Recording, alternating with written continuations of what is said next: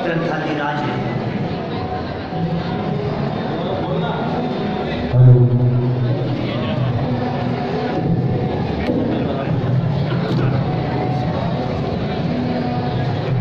ग्रंथाधिराज समय सारथी यहाँ विराजमान है।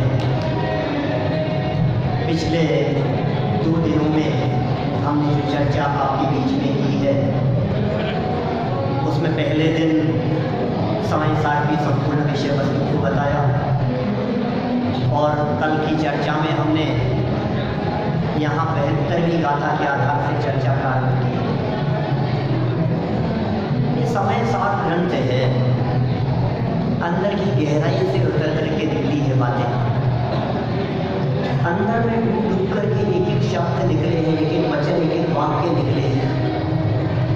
ये बातें सुन सुन करके चली आई नहीं है।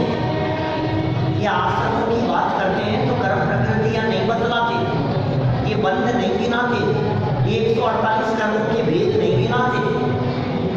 ये बातें वो करते हैं जो बातें फील करने में आती हैं, जो बातें अनुभव करने में आती हैं।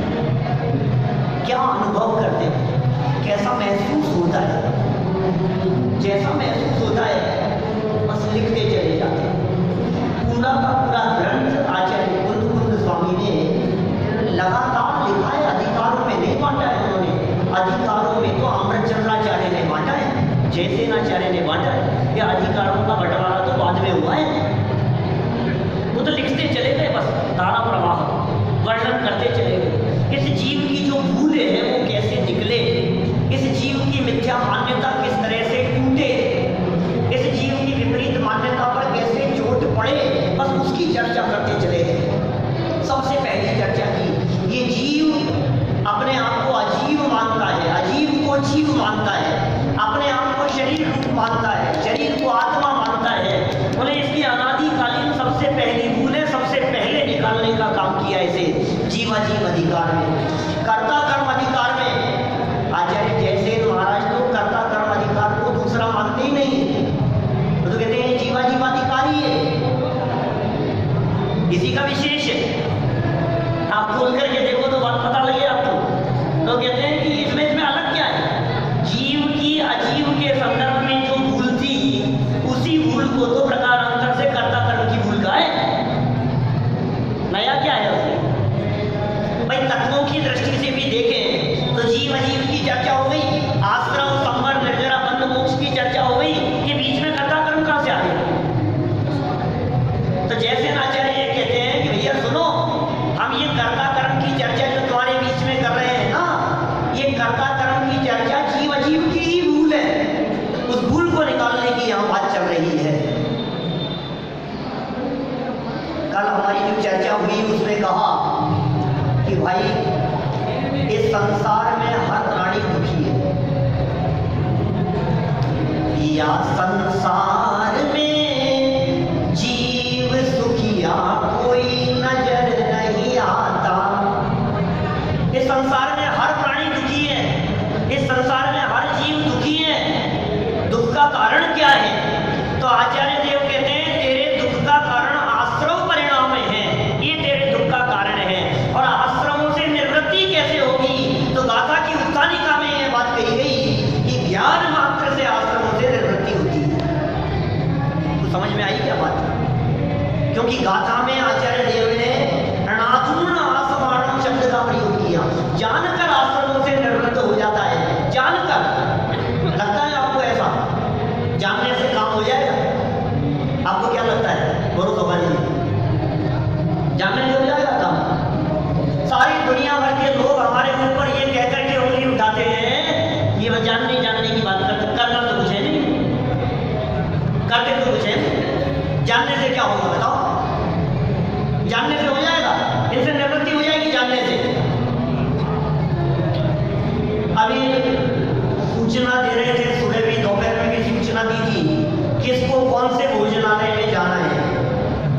जान लिया ना आपने? जान लिया ना किसको कौन से भोजनालय में जाना है? शुद्ध में कौन जाएगा, सूत्र में कौन जाएगा, विशिष्ट में कौन जाएगा, उसमें कौन जाएगा, जान लिया ना? अब भोजन करना कि नहीं करना? भूख मिटी के नहीं? बोलो मिटी। ये वो लोग कहते हैं हमसे, ये वो लोग तर्क देते हैं इस तरह के, भोजन की चर्चा करो, थाली रख गई आपके सामने, मिष्ठान लगे हैं, खाना नहीं है आपको, जानो जानो। भूख मिट जाएगी ना राजी में जानने से काम हो जाएगा कि नहीं? जानो जानो साहब, जानो जानो, जानते रहो, जानने से कल्याण हो जाएगा आपका। हमें ये बात समझ में नहीं आती कि आचार्य कुंदमुंड स्वामी ये बात कैसे कह रहे हैं कि जानने से आश्रमों का निरोध हो जाएगा, ये बात समझ में नहीं आती। बड़े दादा एक बहुत सुंदर प्रसंग सुनाते हैं संदर्भ में।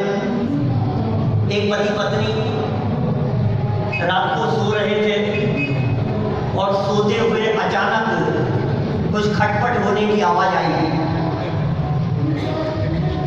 तो पत्नी ने ये कहा कि देखो देखो कोई आया है। तो पति ने कहा जान रहा हूं, देख रहा हूं। क्या कर रहे हो? इतने में दरवाजा खुला और चोर घुस गए अंदर। कि देखो चोर आ गए, क्या कर रहे हो? मैं जान रहा हूं, देख रहा हूं।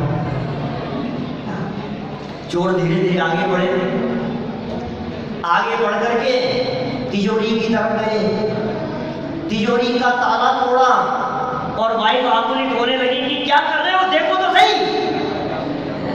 ताला तोड़ दिया तिजोरी का कि जान रहा हूं, देख रहा हूं। और इतने में सारा माल उन्होंने तिजोरी से बाहर निकाला और थैले में भरकर के ले जा रहे थे। तो पत्नी ने जोर से चिल्ला करके कहा कि क्या जान रहे हो, देख रहे हो, लेकर के जा रहे हैं, कर क्या रहे हो आप? कि जान रहा हूं, देख रहा हूं, चुप रहे। और जोर जोरी करके ले गए। लोग ऐसी बातें कहा करते हैं कि देखो यही हाल होता है जानने देखने वालों का। तुम जानते देखते रहना और लूटने वाले लूट के ले जाएंगे, लुट जाओगे तुम जानने के चक्कर में। बहुत नाराज हुई पत्नी। तो पति ने कहा कि सब जान रहा था, देख रहा था मैं, कि तुम्हारे जानने देखने के चक्कर में तो सारा माल चला गया। क्या हुआ ऐसे जानने देखने से? कि सुन भगवान बहुत भाग्यशाली है, तुझे तो चोर दिख रहे थे, मुझे चोर के हाथ में बंदूकें भी दिख रही थी। और यदि जानते देखते नहीं रहते तो माल तो जाता ही, जान भी चले जाती। बोलो जानना कि नहीं जानना? हमें ये बात समझा दो आप कि जानने से भला कैसे हो जाएगा। हमें ये बात समझा दो कि जानने से आश्रमों से निवृत्ति कैसे हो जाएगी। कुछ करना तो पड़ेगा, बिना कुछ किए हुए काम कैसे चलेगा भाई साहब? सिर्फ बातें करते हो आप। हम आपसे पूछते हैं भगवान महावीर स्वामी को केवल ज्ञान की प्राप्ति कब हुई थी, कितनी उम्र में हुई थी? कितनी में भैया? 42 वर्ष की उम्र में उन्हें केवल ज्ञान की प्राप्ति हो गई। और निर्वाण कब हुआ? 72। 30 साल तक क्या करते रहे भाई गौरव? 30 साल तक तमोग चरण में बैठ करके भगवान महावीर स्वामी क्या करते रहे? सिर्फ जानते देखते रहे। और यदि इससे आगे कुछ कहो तो हम ये कह सकते हैं तमोग चरण में बैठकर प्रतिदिन 7 घंटा 12 मिनट अथवा 9 घंटा 36 मिनट बातें ही तो करते थे। बातों के अलावा क्या किया उन्होंने बताओ? सिर्फ बातें बस और कुछ नहीं। उपदेश ही उपदेश, कुछ तो किया होगा। उठे होंगे, चले होंगे कि नहीं साहब ऐसे थोड़ी ना काम चलता है, करना तो पड़ेगा ही ना। ऐसे थोड़े निवृत्त हो जाएंगे कि भैया यहाँ जानने की बात कही है। पर को पर जानना, आश्रम को आश्रम जानना, आश्रम को 3 प्रकार से जानना, ये जानने मात्र से काम होगा। मैं आपसे पूछता हूं, आप यहां से बाहर निकले और चप्पल पहनेंगे? नहीं पहनेंगे, इसमें इसमें तो कोई दो राह नहीं है। आपने अपनी समझकर किसी दूसरी चप्पल में पैर डाला, आपकी आंखें तो नहीं पहचान पाई, लेकिन आपके पैरों ने पहचान लिया। तुरंत आपने अपनी नहीं की। क्या हुआ, मैं आपसे पूछता हूं, आपने उस चप्पल को क्यों भूल दिया? क्या जानकर के अच्छी नहीं थी, पैर में चुभ रही थी, कष्ट देने वाली थी, क्या क्या क्या जाना? विपरीत अपनी नहीं है, विपरीत स्वभाव वाली है, अपने से विरुद्ध है। जैसे ही आपने इतना जान लिया कि ये विपरीत है, छोड़ना नहीं पड़ता है, अपने आप पैर से निकल जाती है। छोड़ना नहीं पड़ता है, कुछ परिश्रम नहीं करना पड़ेगा आपको उसके लिए। भोजन के लिए थाली पर बैठे और चम्मच में हलवा लिया और उन्हें रखने ही वाले थे कि अचानक बगल में बैठे हुए पंडित जी ने कहा, अरे ये बहुत गर्म है। अब क्या हुआ, चम्मच रुक गई कि मुंह में जा रही है? किसने रोका, मैं आपसे पूछ रहा हूं, क्यों रुका? इतना जान करके कि दुख का कारण है। हमें इस बात का पता लग जाए कि जो काम मैं करने वाला हूं, ये काम मेरे दुख का कारण है, तो फिर उसके बाद में उस कार्य को करने में प्रवृत्ति नहीं हो सकती है। प्रवृत्ति तब तक है जब तक आपने उसे दुख का कारण नहीं जाना है। जैसे ही ज्ञान मात्र हो गया, 3 हेतु दिए यहां पर आचार्य देव ने। अशुचि पहला हेतु, याद है कि नहीं कल की कुछ बात? कितनी बातें कही थी, गाथा पढ़ रहे हैं एक बार, देखो गाथा बोलता हूं मैं, रिपीट करना। णादूण आसवाणम असुचित्तम च विपरीय भावम च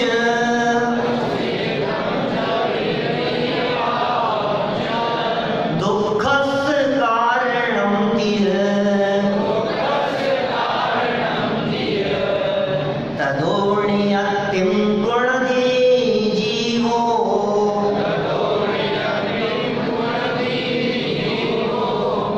णाधूण आसवाणम। आश्रमों को जानकर, जानो जानो जानो, अरे जानते रहने की कीमत कम नहीं है। गाथा को चालू ही यहां से करते हैं कि तुम जानो। अरे जानना तेरा स्वभाव है, करना धरना तेरा स्वभाव नहीं है, पर में करना धरना तेरा स्वभाव नहीं है।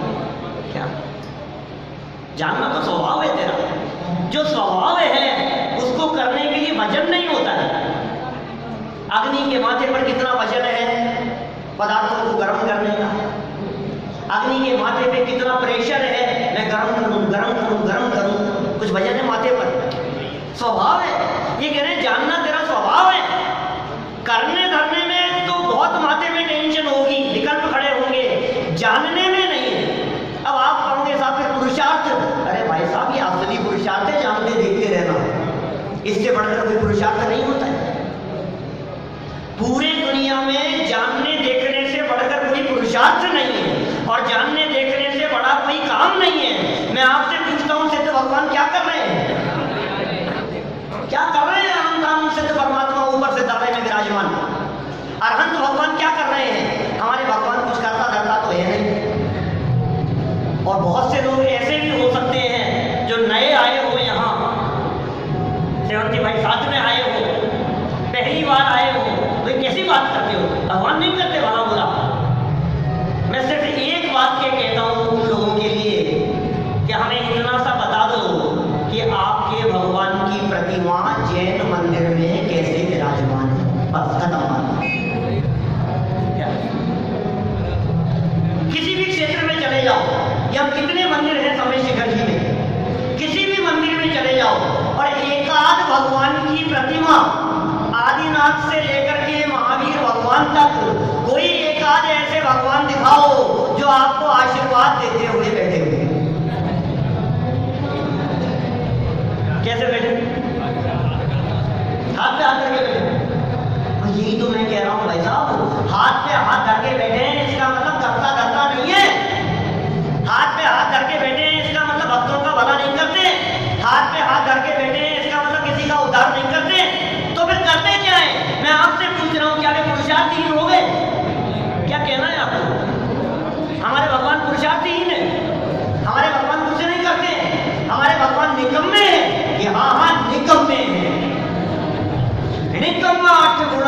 नेमी शंकराचार्य कहते हैं ऐसा। निकम्मे हैं वो, कर्म रहित हैं वो, निष्कर्म है वो, करने की जरूरत नहीं है और करने योग्य कार्य उन्होंने कर लिया है। इसका नाम पुरुषार्थ है कि नहीं साहब, फिर भी पुरुषार्थ तो करना ही पड़ेगा, पुरुषार्थ तो करना ही पड़ेगा। सारा जगत पुरुषार्थ के गीत गाता रहता है। मैं एक छोटी सी बात कहता हूँ। यहाँ से बाहर निकल करके जा रहे थे और रोड पर चलते चलते अचानक निगाह नीचे पड़ी और निगाह नीचे पड़ने पर आपको एक पिंक कलर का पेपर 2000 का वो दिखाई दिया। बोलो, मेरा प्रश्न यह है इसमें कि उसको उठा लेने में पुरुषार्थ है या देखकर सीधे निकल जाने में पुरुषार्थ है?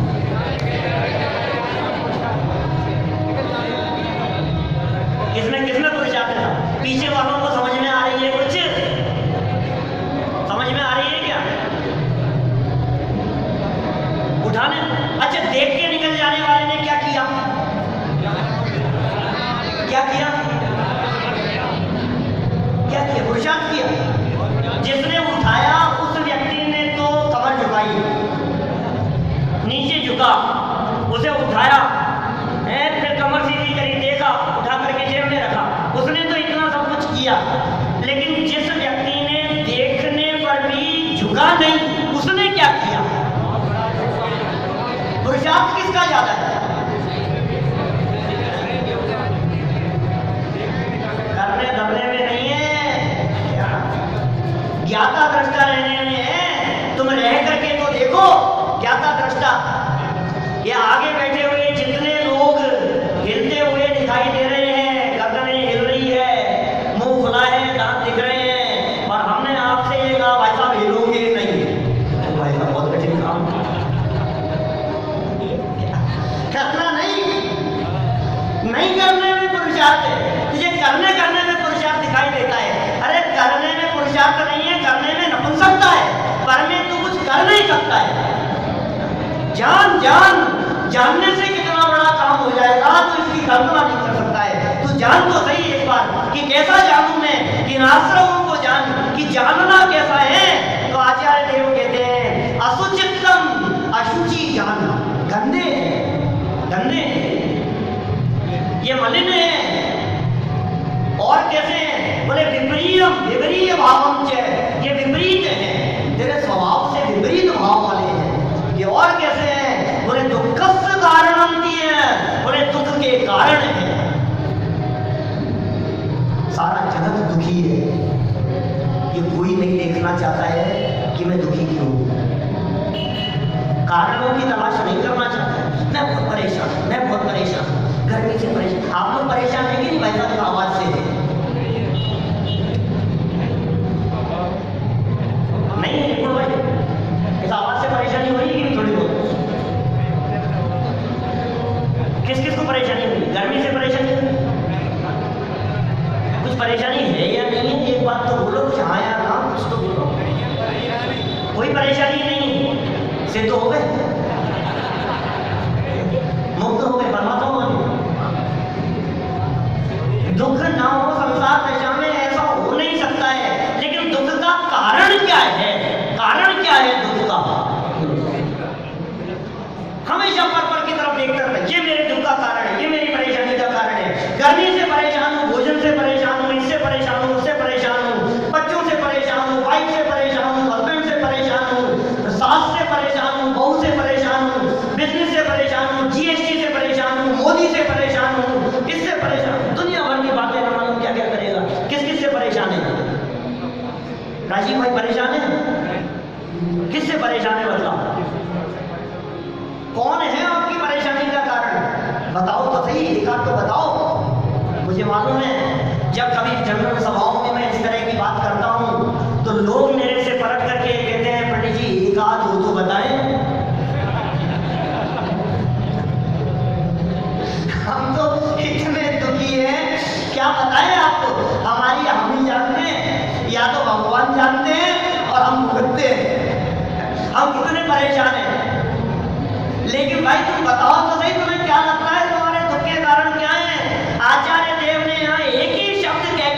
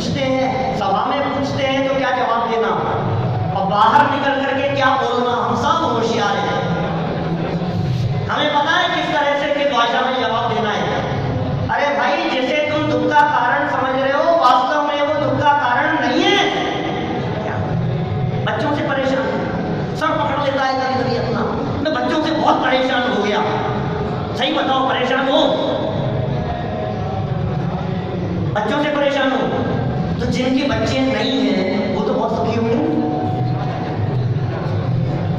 जिन लोगों के बच्चे नहीं हैं वो तो सुखी होंगे। और जिन बच्चों से तुम परेशान हो, आप कल्पना करो, वे बच्चे यदि अभी मर जाएं तब तो सुखी हो जाओगे। तुम दुखी थे ना इससे। अरे सच्चाई है कि तू बच्चों से दुखी नहीं है, तू अपने राग से दुखी है, तू अपने मोह से दुखी है, तू अपनी अज्ञानता से दुखी है। आचार्य देव कह रहे हैं तू अपने आश्रव परिणामों के कारण दुखी है। तू दुख का कारण आश्रव को नहीं जानता है, तू दुख का कारण प्रकृति को जानता है। ये बहुत बड़ी गलतफहमी में है। और गलतफहमी जानते हैं आप क्या होता है? गलतफहमी बहुत खतरनाक चीज है भाई साहब। गलतफहमी में झगड़े हो जाते हैं, गलतफहमी में भाई साहब सड़क पर चलते हुए कपड़े बढ़ जाते हैं, गलतफहमी में तलाक हो जाते हैं, गलतफहमी में हत्याएं हो जाती है। भाई साहब गलतफहमी कितनी खतरनाक चीज है नौरपुर साहब, इतनी खतरनाक चीज गलतफहमी। और आचार्य देव ये कह रहे हैं कि सुन, इतनी खतरनाक होने के बावजूद भी हमारी पूरी जिंदगी गलतफहमी में बीत रही है। बोलो क्या करें? सुबह से लेकर के शाम तक, शाम से सुबह तक, उठते बैठते सोते खाते पीते हर समय किसमें जिंदगी बीत रही है? गलतफहमी में, गलतफहमी में, गलतफहमी में। जो दुख का कारण नहीं है उसे दुख का कारण समझ रहा है। जो संयोग, जो परिस्थितियां जो दुख का कारण नहीं है उन्हें तो दुख का कारण समझ रहा है। यही तो तेरे दुख के असली कारण है, तेरा राग मोह। परिस्थितियां कितनी प्रतिकूल हो भाई साहब। हमारे महामुनिराज, हम लोग तो सर्दियों के समय आते हैं शिखर जी, मई जून में आते हो कभी शिखर जी? मई जून मौसम नहीं है शिखर जी जाने का। शिखर जी जाने का मौसम कब है? अक्टूबर से फरवरी तक। अक्टूबर से फरवरी तक तो शिखर जी जाने का मौसम है। और मई जून में उस समय नहीं है। मुनिराज मई जून में थोड़ी ना आते होंगे यहाँ। जितने मुनिराज मोक्ष गए हैं, ऐसा तो नहीं है कि 6 महीने 8 समय में 608 जीव मोक्ष जाते हैं, तो सितंबर से लेकर के फरवरी लास्ट तक तो जाते होंगे मोक्ष। और बाकी का जो 6 महीना होगा उसमें शिखर जी नहीं, तो फिर उसमें कहां से जाएंगे मोक्ष? अरे भाई साहब क्या कह रहे हैं? ये गाथा कितनी गंभीर है, एक एक बात कितनी प्रैक्टिकल कह रहे हैं। तो आश्रमों को जान, और कैसा जान कि विपरीत स्वभाव वाला जान, अशुचि जान, मलिन जान और दुख के कारण जान। सोचना जरा, आज के बाद फॉर्मूला याद रखना, सूत्र याद रखना, लाइफ टाइम याद रखना। जब जब दुखी होते हुए दिखाई देवे, जब जब परेशान होते हुए दिखाई देवे, जब जब अपनी किसी भी दोष, अपनी दुख तकलीफ का दोषारोपण किसी दूसरे के ऊपर करने का विचार आवे, तो तुरंत ये गाथा याद करना। आचार्य देव कह रहे हैं कि आश्रवाणम दुखस्य कारणम दिए, तो अपने आश्रम से दुखी है, दोषारोपण किसी दूसरे के ऊपर करने की जरूरत नहीं है। व्यक्ति के ब्लेम से बच रहा है। हमारी दृष्टि दूसरे की तरफ जाती है कदम कदम। इन्होंने ऐसा नहीं किया, इनको ऐसा कर लेना चाहिए था, उनको ऐसा कर लेना चाहिए था। दुनिया भर की कंप्लेन, ये व्यवस्था ऐसी होनी चाहिए थी, भोजनशाला यहाँ होनी चाहिए थी, व्यवस्था यहाँ होनी चाहिए थी, प्रवचन यहाँ रखना चाहिए था, इनका ऐसा कर लेना चाहिए था, इनका पहले होना चाहिए था, इनका बाद में होना चाहिए था, यहाँ टेंट लगा लेना चाहिए था, यहाँ स्क्रीन लगा। माता बचा रहा है जबरदस्ती का। ज्ञाता दृष्टा भाव से क्यों नहीं रहता है? सहज ज्ञाता दृष्टा भाव से क्यों नहीं रहता है? तू किस वजह से दुखी है ये बात तो बता। ये तो देख एक बार गंभीरता से। हमारे महामुनिराज दुखी दिखते हैं आपको? हमसे छोटी छोटी सी बातें बर्दाश्त नहीं होती हैं। और देखो जरा मुनिराजों को, देखो जरा उनका जीवन, कितने बड़े बड़े भयंकर उपसर्ग हो जाए हैं, उसके बावजूद भी दुखी नहीं है, क्योंकि वे जानते हैं दुख का कारण कहीं बाहर में नहीं है। परिस्थितियां दुख का कारण नहीं है, तेरी मनस्थिति दुख का कारण है। इसलिए परिस्थितियों को बदलने की चेष्टा मत कर, क्योंकि परिस्थितियां तेरे हिसाब से चलती नहीं है, मनस्थिति तेरे कंट्रोल में है। तू उपयोग बदल और सुखी हो जा। कोई व्यक्ति मुझे गाली दे रहे हैं, आप शब्द कह रहे हैं, कोई कह रहा है भाई साहब बहुत निंदा हुई साहब, बहुत आलोचना हुई। जी कोई व्यक्ति निंदा करे, खूब आलोचना करे अपनी, तो दुख होता है कि नहीं होता है भाई साहब? तो दुख तो होता ही है। अच्छा चलो अब आप उल्टी बात कहता हूँ, दूसरी तरह से बात कहता हूँ। सुनो, अगर किसी व्यक्ति ने बहुत निंदा आलोचना की हमारी और हमें उस बात का पता नहीं लगा, तो कितने दुखी है? बोलो निकल गए, खूब निंदा हो रही है चारों तरफ और हमें पता ही नहीं है, तो कितने कितने दुखी होंगे? तो यही बात तो ये कह रहे हैं कि तू जिस चीज को दुख का कारण जान रहा है, तू उसे देखना बंद कर दे और अपने उपयोग को वहां से हटाकर अपने गायक में लगा दे। अब पता दुख कहाँ है? समझ में आ रही है? दुख किस वजह से था आपको दुख किस वजह से था कि बहुत परेशान है, बहुत दुख है, बहुत दुख है, बहुत दुख है। लेकिन तू उपयोग हटाना वहां से, देखे मत ना उसको, सुने मत ना उसको, तो उस बात को सुनना बंद कर दे, तो उस बात को देखना बंद कर दे। और कर्म दुख देगा कि नहीं? गुरुदेव ने आज एक बहुत सुंदर बात कही सुबह प्रवचन में, इस प्रकरण से रिलेटेड। परिस्थितियां तो दुख का कारण नहीं है, तो फिर दुख का कारण क्या है? बोलो। सीता को जंगल में छुड़वा दिया, परिस्थितियां प्रतिकूल थी। अंजना 22 वर्ष तक पति ने शक्ल नहीं देखी, बराबर? और फिर क्या हुआ?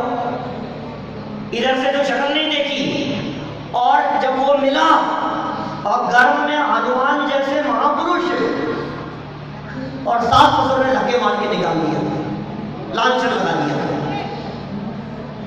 माँ बाप के पास रह गई तो माँ बाप ने रखा नहीं। बोलो क्या करें? दुख का कारण क्या विचार किया होगा? सती है ना, तो सतियां है ना, क्या विचार किया होगा? अपने पाप कर्म का उदय, अपने पाप कर्म का उदय। क्यों ये विचार करेंगे ना? ये कह रहे हैं आचार्य देव, पाप कर्म का उदय दुख का कारण नहीं है, क्योंकि पाप कर्म का उदय संयोग दिला सकता है, पाप कर्म का उदय दुखी नहीं कर सकता है। दुख का कारण पाप कर्म का उदय नहीं है। सुबह गुरुदेव ने एक बात कही थी बहुत मार्मिक। गुरुदेव ने सुबह ये कहा अपने व्याख्यान में कि बंध दुख का कारण नहीं है। बोलो, बंध दुख का कारण नहीं है। यदि बंध दुख का कारण होवे तो कोई व्यक्ति गलत काम नहीं करे, क्योंकि तुरंत बनता है, उधार का काम नहीं है। यदि बंध दुख का कारण होवे तो तुरंत बनते ही व्यक्ति दुखी हो जाएगा। बंध दुख का कारण नहीं है तो फिर ये क्या कहता है? नहीं बड़ी बंध से नहीं, मुझे बंध का फल मिलता है ना तो दुखी होता है। अब क्या कहा है? बंध से तो दुखी नहीं हुआ, कर्म बंध के कारण तो दुखी नहीं हूं, क्योंकि बांधता तो हंसते हंसते, कर्म तो हंसते हंसते बांधता है, तो बंध की वजह से तो नहीं हूं। लेकिन जब इस बंध का उदय आएगा तो मैं दुखी होऊंगा। जब फल मिलेगा ना बेटा तो रोएगा, जब फल मिलेगा तो रोएगा। आचार्य देव ये कह रहे हैं, फल मिलने पर भी यदि तू रागादि परिणाम नहीं करेगा तो आने दे फल को, कोई फर्क नहीं पड़ता है। ये दुख का कारण नहीं, परद्रव्य दुख का कारण नहीं, कर्म का बंधन दुख का कारण नहीं। समझ में आ रही है बात? संयोग और परिस्थितियां दुख के कारण नहीं है, कर्म का बंधन भी दुख का कारण नहीं है, तो फिर कर्म का उदय तो दुख का कारण होगा। क्या कह रही है गाथा? ये तो पढ़ो, गाथा क्या कह रही है? आश्रव आश्रव दुख का कारण है। क्या गुरुदेव ने कही सुबह, बंध दुख का कारण नहीं है, आश्रव दुख का कारण है। ये पंक्ति देखना सुबह वाले प्रकरण में लिखिए, वर्ड टू वर्ड अपने सामने। आश्रव दुख का कारण है, बंध दुख का कारण हो, बोलो तो हर समय बंद हो रहा है, आप कितने दुखी हो गए? बंद तो हर समय चालू है, सोते सोते कितने परेशान होते हैं, बंद तो हर समय चालू है। बोले बंद दुख का कारण नहीं, बोले फल मिलेगा तो रोएगा, फल मिलेगा तो रोएगा, फल मिलेगा तो। बाहर नार की कृत दुख भुगते, अंतर सुख रस घटा घटी। क्या है भाई साहब? राजा श्रेणी के जीव पहले नरक में, भविष्य में तीर्थंकर बनने वाले हैं। मारकाट मची है, लड़ाई झगड़ा मचा हुआ है, मर रहे हैं,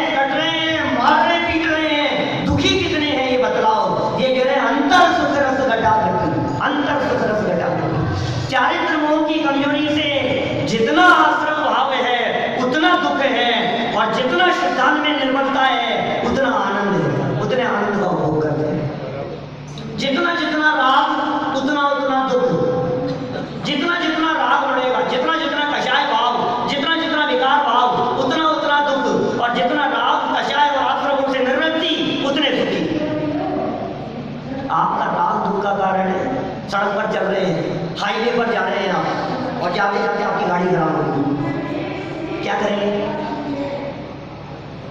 क्या करेंगे? निखिल भाई क्या करेंगे? गाड़ी खराब होगी हाईवे पे, बोलो। लिफ्ट लेंगे? किसी सुनसान सड़क है, कोई नहीं दिख रहा है, कोई गाड़ी आती हुई दिखाई दे रही है, या बहुत सारी गाड़ियां आ रही है, हमने रोकने की कोशिश की, किसी ने नहीं रुका, कितने दुखी होंगे? कोई बात नहीं, फिर आएंगे और आ रही है, किसी और को रोकेंगे, किसी और को रोकेंगे, कोई फर्क नहीं पड़ता है। और मान लो उधर से हमारा कोई अच्छा परिचित व्यक्ति निकला, सामने से आता हुआ दिखाई दिया, फर्क नहीं, हमने क्या सोचा? तो हेल्प मिली जाएगी, और उसने हमसे हाय करके और सीधा निकल गया। अब बोलो, अब क्या होगा? अब क्या होगा? क्या किया उसने आपका? क्या बिगाड़ा? इससे पहले इतने लोग निकले थे, उन्होंने क्या किया? और इसने क्या किया? कुछ नहीं। इसके प्रति जो हमारा राग था ना, इससे जो हमारी अपेक्षा थी ना, इससे जो हमने उम्मीद लगा रखी थी ना, ये हमारे दुख का कारण है। क्या है दुख का कारण? कई लोग तो ऐसे मिलते हैं जो ये कहते हैं जानने जानने से कुछ नहीं होगा, है ना? कई उल्टे भी लोग हैं, वो ये कहते हैं जानने से दुख होता है। ये दोनों तरह के लोग हैं, दुनिया है तो सब तरह के लोग मिलते हैं। एक तरह के लोग तो कौन से? ये जानने से क्या होगा, जानते रहो जानते रहो, ये जानने से आश्रमों की निर्वृत्ति की बात करें, जानने से कुछ नहीं होता है। और दूसरे तरह के लोग कौन से? वो कहते हैं जानने से दुख होगा, जैसे जैसे जानता है वैसे वैसे दुख होता है, जैसे जानता है वैसे तकलीफ होती है। वो जानने से दुख सिद्ध करते हैं, जैसे पता लगता है दुखी हो गया। किसी व्यक्ति ने आपको गाली दी, अभी हमने बताया ना, जैसा आपको पता नहीं लगा तो दुख नहीं था, और किसी ने आकर के आपको कान में कही, आप दुखी हुए। कैसे दुखी हुए? पता लगने से दुखी हुए। आपको मालूम है आपके शरीर में कितने रोग हैं? रोम रोम में 96 रोग हैं। रोम रोम में 96 रोग बसे हुए हैं। आप स्वस्थ हैं, बिल्कुल हिल रहे डुल रहे हैं, चल रहे हैं, मौज मस्ती कर रहे हैं, और अचानक क्या हुआ कि कोई परिचित डॉक्टर थे, उन्होंने कहा यार आपका टेस्ट लेना है, आपकी जांच करनी है। ठीक हूँ मैं तो, बिल्कुल कोई दिक्कत नहीं। नहीं पड़ी आपके लिए नहीं, हमें हमारा लैब है, हमें करनी है, बस आप ब्लड ले लो बस। अब जैसे ही जांच हुई, अब क्या हुआ? जैसे बीमारियां आ गई तो क्या? अभी तक कोई तकलीफ नहीं थी, जैसे ही ज्ञान हुआ उसी क्षण क्या हुआ? तकलीफ शुरू हो गई। आप यहाँ बैठे हुए हैं और हमें खबर मिली हमारे शहर में, हमारे गांव में, हमारे घर में चोरी हो गई, किसी ऐसा हो गया, कोई दुर्घटना घट गई। 2 दिन से फोन नहीं लग रहा था, कोई तकलीफ नहीं थी, और जैसे ही पता लगा ये क्या हुआ? अरे आप गलत फहमी में हैं, ज्ञान दुख का कारण नहीं होता है। ज्ञान के साथ में बरतने वाला तेरा राग दुख का कारण है, ज्ञान के साथ में चलने वाला मोह दुख का कारण है, ज्ञान के साथ में बरतने वाला तेरा विकार वो तेरे दुख का कारण है, जिसे आश्रव भाव कहकर के पुकारा है। आप खूब मीठा खाते हो, नमकीन खाते हो, मौज मस्ती से सब कुछ खा रहे हो, और अचानक टेस्ट की रिपोर्ट आई, और रिपोर्ट आने पर आ गया आपके तो कोलेस्ट्रॉल बहुत ज्यादा है। अब बताओ अब क्या हुआ? आप जो खिलाने वाले हैं आप उतने हलवा नहीं, थोड़ा तो चलेगा, थोड़ा तो चलेगा, और आपके अंदर में क्या भाव आ रहा है? नहीं नहीं नहीं, क्या हुआ भाई साहब? ये कह रहे हैं यहाँ, ये गाथा ये कह रही है कि तेरे को हलवे का त्याग करना है, तो उसके लिए क्या करना पड़ा? इतना सा ज्ञान मात्र हुआ कि ये मेरे दुख का कारण है, और छूट गया तुरंत। बहुत महत्वपूर्ण गाथा है, कितनी व्यक्तिगत बात कह रहे हैं। जिस चीज को दुख का कारण जानता है उसे छोड़ना नहीं पड़ता, वो छूट जाता है। आज आपने डायबिटीज पहली बार टेस्ट कराई, और डायबिटीज मान लो कितनी होती है मुझे आइडिया नहीं है, कितनी 200 400 500 500 1500 200 + 400 हो गई मान लो। पहली बार टेस्ट कराई और 400 आई। अब बताओ, अब आपको कितनी बार समझाना पड़ेगा? अरे नहीं आज नहीं, मीठा नहीं खाओ, मीठा नहीं, कहना पड़ेगा। छूट गया, छूट गया। जैसे ही जान लिया वैसे ही छूट गया। जिस बालक को ये पता लग गया ये आदमी गर्म है, अब क्या करना पड़ेगा बोलो उसे छोड़ने के लिए? बार बार से दौड़ दौड़ करके आ गए आदमी के पास में, हल्का सा टच कर दिया, अब क्या करना है बोलो छोड़ने के लिए? ज्ञान मात्र से निर्वृत्ति होती है, ऐसा आचार्य देव कह रहे हैं। जानने मात्र से छूट जाता है। कितनी गजब की बात कह रहे हैं, कितना प्रैक्टिकल है ये। अशुचि जानो, अपवित्र जानने के बाद में छोड़ने के लिए कुछ नहीं करना पड़ेगा। विपरीत है, विपरीत है, विरोधी वाले हैं, विरुद्ध है। क्या आपका ब्लड ग्रुप ओ नेगेटिव है, बराबर, और ऑपरेशन हो रहा है, ऑपरेशन थिएटर में लेटे हुए हैं और ब्लड का अरेंजमेंट नहीं हो रहा है, ओ नेगेटिव नहीं मिल रहा है, और किसी ने आकर के कहा कि ओ नेगेटिव नहीं मिल रहा है, जहां देखो वहां बी पॉजिटिव है, चलेगा? नेगेटिव से तो अच्छा है पॉजिटिव। दिन रात तो कहते रहते हो बी पॉजिटिव, चलेगा कि नहीं चलेगा? कोई ना समझ डॉक्टर ने कहा कि इसका तो ब्लड ग्रुप ओ नेगेटिव है, दूसरे ने कहा कोई बात नहीं, अपन ब्लड बदल देते हैं, बी पॉजिटिव चला देते हैं। लेटा को खड़ा हो जाएगा, मरम्मा में क्या कर रहे हो, कहां ले आए? क्यों? कि विपरीत स्वभाव वाले, ओ नेगेटिव से बी पॉजिटिव विपरीत स्वभाव वाला है। जहां विपरीत स्वभाव वाले का पता लगता है वहां निवृत्ति करनी नहीं पड़ती, वहां निवृत्त हो जाता है, छोड़ना नहीं पड़ता है, छूट जाता है, अपने आप छूट जाता है। ये कह रहे हैं यहाँ पर, ये जितने आश्रम परिणाम हैं, ये जितने रागादि भाव हैं, ये जितने विकारी भाव हैं, ये सारे के सारे भाव ये विपरीत भाव वाले हैं, तो वे तो आत्मा में। ये टीका बड़ी गजब की, टीका में तीनों विशेषणों की इतनी सुंदर व्याख्या की है, आप कल्पना नहीं कर सकते। ये वो गाथा है जिस गाथा को बेस बनाकर गुरुदेव श्री अपने प्रवचनों में जब भी आत्मा शब्द का उच्चारण करते हैं तो भगवान आत्मा, भगवान आत्मा, हजारों लाखों बार सुना ना आपने भगवान आत्मा। ये वो गाथा है जिस गाथा की टीका में अमृत चंद्राचार्य देव ने 3 जगह पर आत्मा के पहले भगवान शब्द का प्रयोग किया है। 3 जगह पर आत्मा के पहले भगवान शब्द का प्रयोग किया, और आपको जानकर के आश्चर्य होगा वो भगवान शब्द गुरुदेव के दिलो दिमाग में इतना बढ़ चढ़ करके आ गया कि हर प्रवचन में 100 बार भगवान आत्मा बोलते हैं। और गुरुदेव की परंपरा का कोई भी विद्वान हो जब आत्मा शब्द का उच्चारण करता है तो उसके पहले भगवान शब्द अपने आप लग जाता है। इसलिए कभी कभी तो मैं ये कहता हूँ कि वर्तमान युग में इस आत्मा को भगवान के रूप में यदि प्रतिष्ठित करने वाले कोई हुए तो वे गुरुदेव श्री गांधी स्वामी, जिन्होंने वो परमात्मा चूंकि बात कही मात्र नहीं, क्या तुम परमात्मा कैसे बन सकते हो ये विधि मात्र नहीं बतलाई, उन्होंने आत्मा की प्रतिष्ठा इस रूप में की कि आत्मा नहीं होती, आत्मा भगवान आत्मा होती है। हर आत्मा भगवान है, हर आत्मा परमात्मा है, हर जीव मात्र परमात्मा है। ये बात कहां से निकल करके आई? ये बात इस गाथा की टीका से निकल करके आई है। ये वो भयंकर की गाथा है जिसकी टीका में अमृत चंद्र स्वामी भगवान शब्द का प्रयोग करते हैं। क्यों भगवान शब्द का प्रयोग किया? बोलो। भगवान आत्मा शब्द का प्रयोग किया, विवरीय भावम कहकर के टीकाकार अमृत चंद्र स्वामी आत्मा को क्यों खड़ा करते हैं? मेरा प्रश्न ये है, जबकि आश्रम का विपरीत भाव तो संभव है। प्रश्न है छोटा सा स्वाध्याय लोगों से, बोलो। गाथा क्या कह रही है? आश्रम भाव विपरीत स्वभाव वाले हैं, बराबर? आश्रम भाव विपरीत स्वभाव वाले हैं, तो ये आश्रम विपरीत है, तो इसका उल्टा क्या होगा? संवर होना चाहिए ना।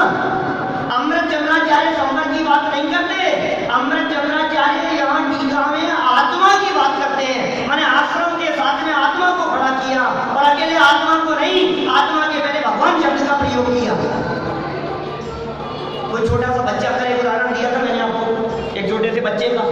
दूसरे के यहाँ जाकर के कुछ लेने पड़ेगा। 4-5 साल का बच्चा हो, किसी मेहमान के घर में गया और शोपीस में लगे हुए कोई बहुत सारी चीजें देखी, रोने लगे, मुझे ये चाहिए, मुझे ये चाहिए। ये इसमें क्या करेंगे? प्रैक्टिकल देखो, सबसे पहली चीज, बेटा गंदी है ये चीज, नहीं 2-3 साल का बच्चा है, समझता नहीं है अभी कुछ भी, उनके शोपीस में रखी हुई चीज को उठाने का प्रयास कर रहा है। पहली बात क्या कहेंगे? बेटा गंदी है, रहने दे। दूसरी बात क्या कहेंगे उसे? फिर भी नहीं माने तो क्या कहेंगे? अपनी नहीं है। और फिर भी नहीं माने तो क्या कहेंगे? अटकल मारेंगे। अच्छा, कोई छोटा बच्चा कैंची से खेल रहा है, 7-2 साल का बच्चा चाकू से खेल रहा है उसके हाथ में, और अचानक आपकी निगाह पड़ी, दौड़ते हुए आए, कैसे छुड़वाएंगे भाई साहब? छीनेंगे उससे? छीनेंगे? आप छीनेंगे तो वो लहूलुहान हो जाएगा। आप यदि उससे वो चक्कू, यदि कोई चीज इस तरह की चीज छीनेंगे तो वो लहूलुहान हो जाएगा, तो क्या करें? समझदार व्यक्ति क्या करेगा? वो उसको कोई अच्छी चीज सामने से ला करके देगा, बेटा इससे नहीं, इससे खेल, तो क्या होगा? वो उसे छोड़ देगा और अच्छी चीज पकड़ लेगा। यहाँ आचार्य देव कह रहे हैं कि ये जो तेरे आश्रम भाव है, ये आश्रम भाव अशुचि है, छोड़ दे। कि नहीं छोड़ा? कि आश्रम भाव मलिन है, छोड़ दे। कि नहीं छोड़ा? कि आश्रम भाव विपरीत स्वभाव वाले, छोड़ दे। कि नहीं छोड़ा? कि आश्रम भाव तेरे दुख के कारण है, छोड़ दे। कि फिर भी नहीं छोड़ा? तो अमृत चंद्राचार्य कहते हैं कि सुन, ये देख मेरे पास क्या है, भगवान आत्मा।